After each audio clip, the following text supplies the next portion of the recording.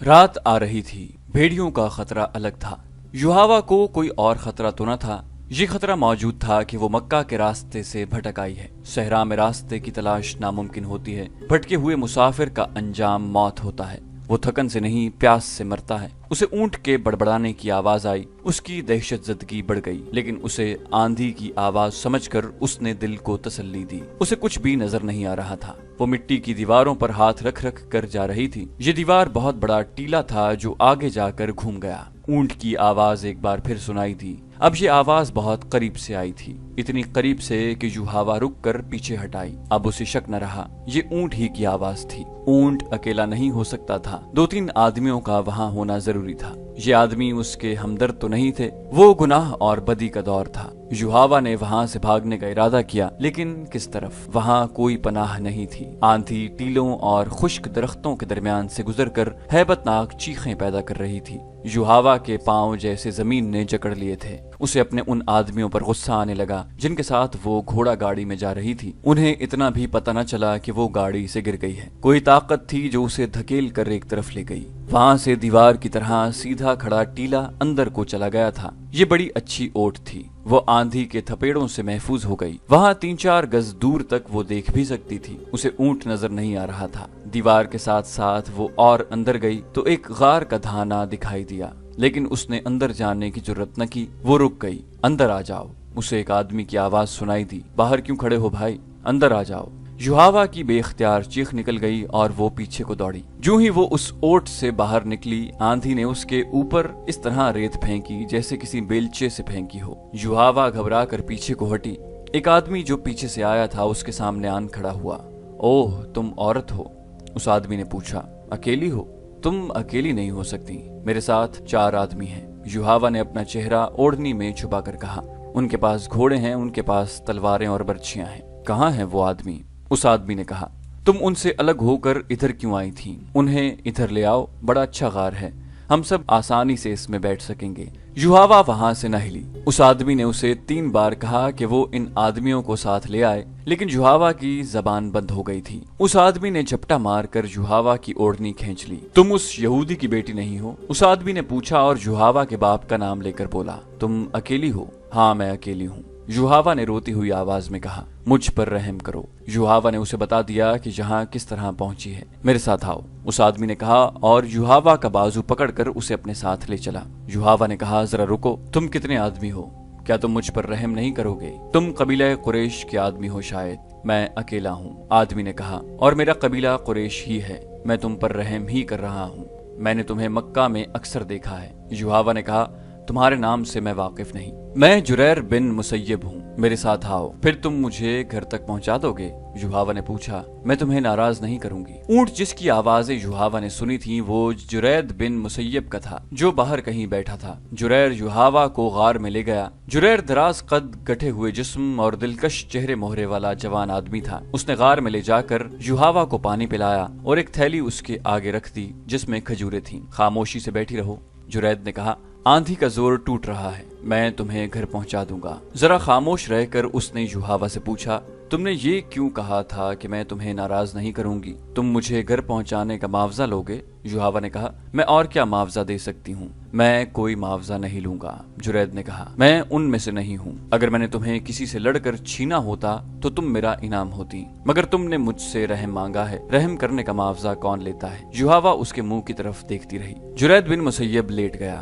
یوحاوا نے اس کے ساتھ کچھ باتیں کی۔ تھوڑی دیر بعد اسے یقین ہو گیا کہ جرید کی نیت میں خرابی نہیں، وہ تو اس کے ساتھ کھل کر بات بھی نہیں کرتا تھا۔ یوحاوا پریشان ہو گئی۔ یوحاوا نے پوچھا، جرید، کیا میں خوبصورت نہیں؟ کیا تم مجھے پسند نہیں کرتے؟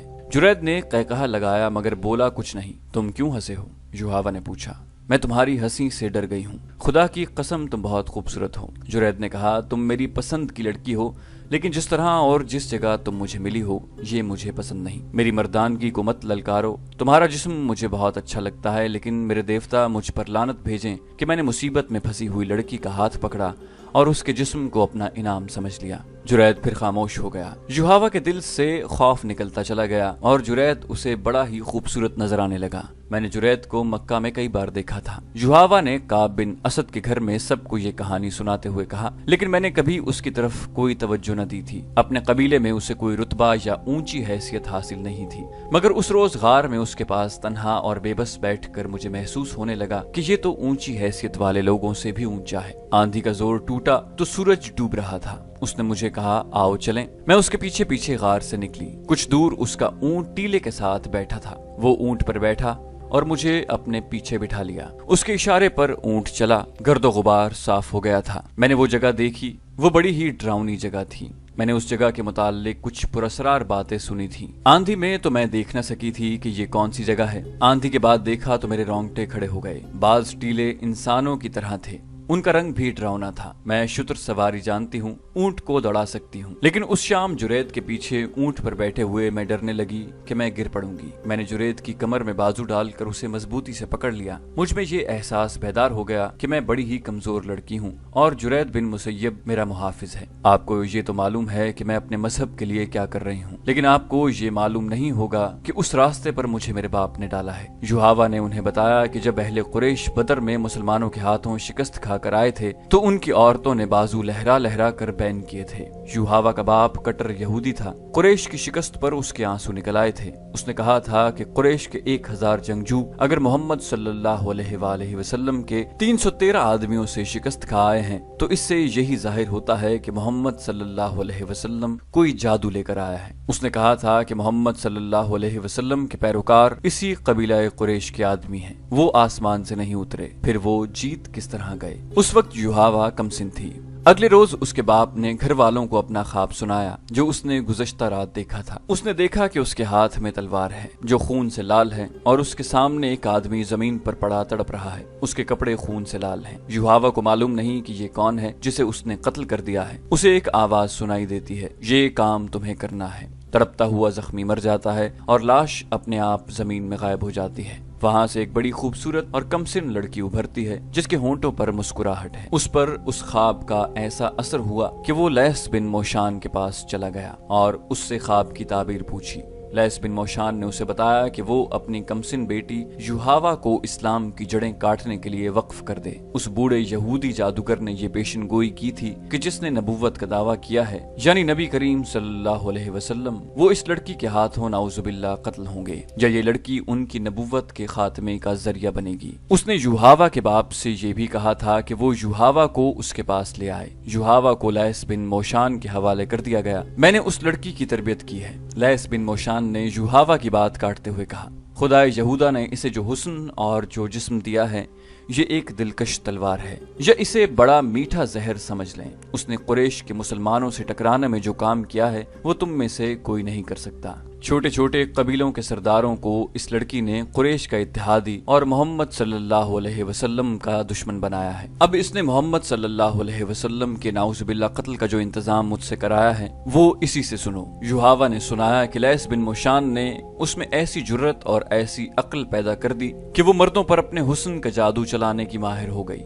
छोटे छोटे कबीलों के सरदारों को इस लड़की ने कुरैश का इत्तेहादी और मोहम्मद सल्लल्लाहु अलैहि वसल्लम का दुश्मन बनाया है। अब इसने मोहम्मद सल्लल्लाहु अलैहि वसल्लम के कत्ल का जो इंतजाम नाउजुबिल्लाह किया है वो इसी से सुनो। युहावा ने सुनाया कि लैस बिन मोशान ने उसमें ऐसी जुर्रत और ऐसी अक्ल पैदा कर दी कि वो मर्दों पर अपने हुस्न का जादू चलाने की माहिर हो गई। हसीन लड़की होते हुए उसमें मर्दों जैसी जुर्रत आ गई, लेकिन उसका उस्ताद उसे ये न बता सका कि जिस नए अकीदे को रोकने का और जिस शख्सियत के कत्ल का उन्होंने इरादा कर रखा है वो अकीदा खुदा ने उतारा है और उस शख्सियत को खुदा ने इस अकीदे के फरोग के लिए रिसालत अता की है। युहावा की तरबियत ऐसी ही हुई कि वो अपने मजहब को दुनिया का वाहिद सच्चा मजहब समझती रही और ये ना समझी कि हक परस्तों पर अल्लाह का हाथ होता है। खुदा ने उसे आंधी में तन्हा फेंक दिया, लेकिन वो खुदा का ये इशारा न समझ सकी। कहाँ वो जुर्रत के मुकाबले में अपने आप को मर्दों के बराबर समझती थी। कहाँ वो एक कमजोर और बेबस लड़की बन गई। वो मर्द के जिस्म से ना आशना नहीं थी।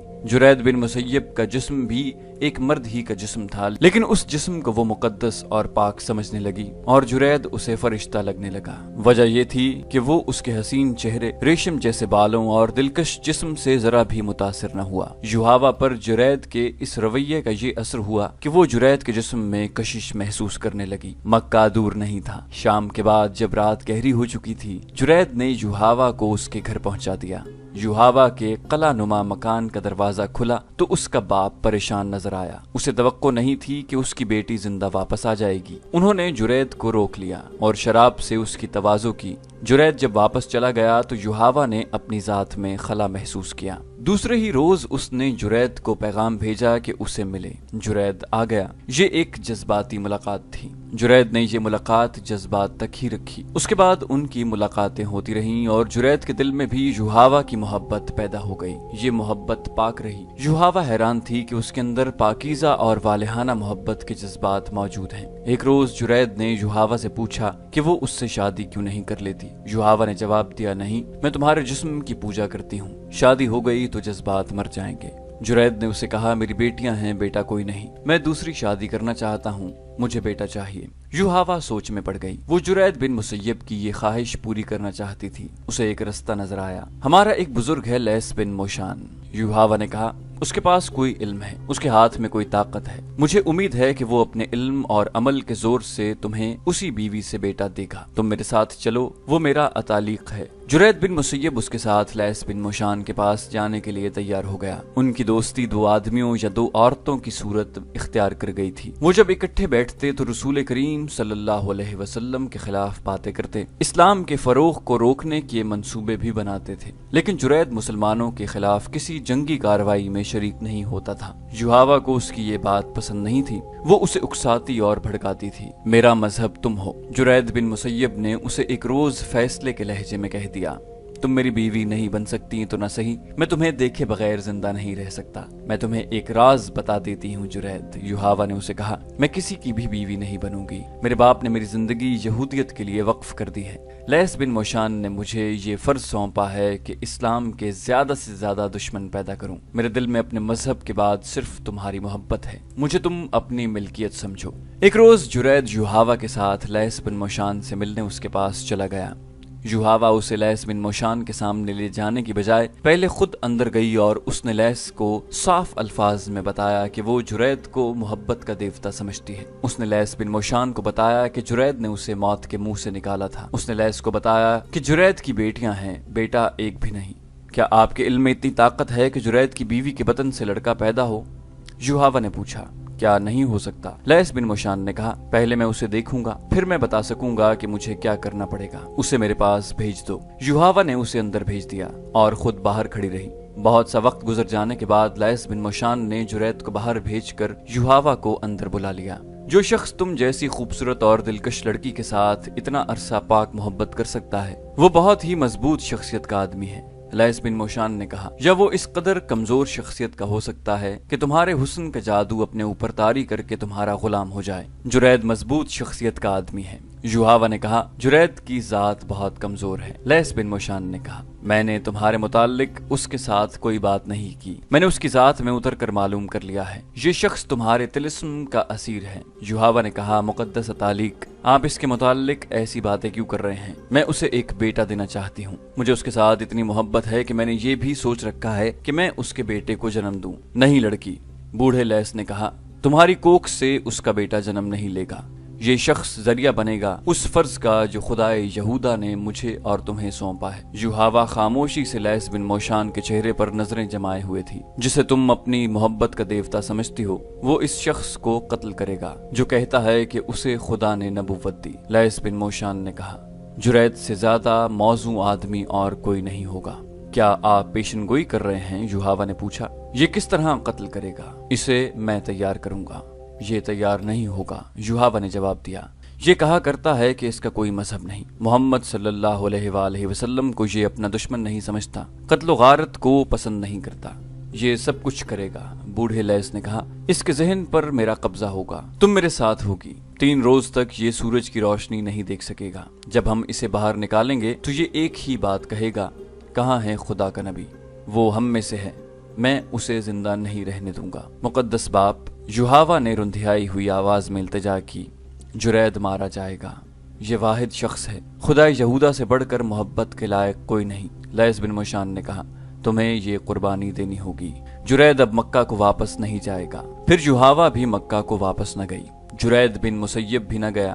बूढ़े लैस ने दोनों को 3 दिन और 3 रातें एक कमरे में बंद रखा। जुरैद को अपने सामने बिठाकर उसकी आंखों में आंखें डालकर फिर उसे कुछ पिलाया और जेर लब कुछ बड़बड़ाने लगा। उसने युहावा को नीम बरहना करके उसके साथ बिठा दिया। लैस युहावा को जो कहता रहा वो करती रही। ये जरूरी नहीं कि मैं तुम सबको ये भी बताऊं कि मैंने जुरैद के जहन और उसकी सोचों को किस तरह अपने कब्जे में लिया है। लैस ने कहा, मैं इसे साथ लाया हूं, तुम इसे खुद देख लो। लैस बिन मुशान ने युहावा को इशारा किया। युहावा बाहर चली गई और जुरैद बिन मुसय्यब को अपने साथ ले आई। जुरैद ने अंदर आकर सबको बारी बारी देखा। वो यहाँ नहीं है। जुरैद ने कहा, मैं उसे पहचानता हूँ, वो हम में से है, वो यहाँ नहीं है। जरा सब्र करो जुरैद, बूढ़े लैस ने कहा, हम तुम्हें उस तक पहुंचाएंगे कल जुरैद, बैठ जाओ। जुरैद युहावा के साथ लगकर बैठ गया और बाजू उसकी कमर में डालकर उसे अपने और करीब कर लिया। अगली सुबह जब मदीना में लोग फतह की खुशियां मना रहे थे और काब बिन असद के घर रसूल अकरम सल्लल्लाहु अलैहि वसल्लम और इस्लाम के खिलाफ बड़ी ही खतरनाक साजिश तैयार हो चुकी थी।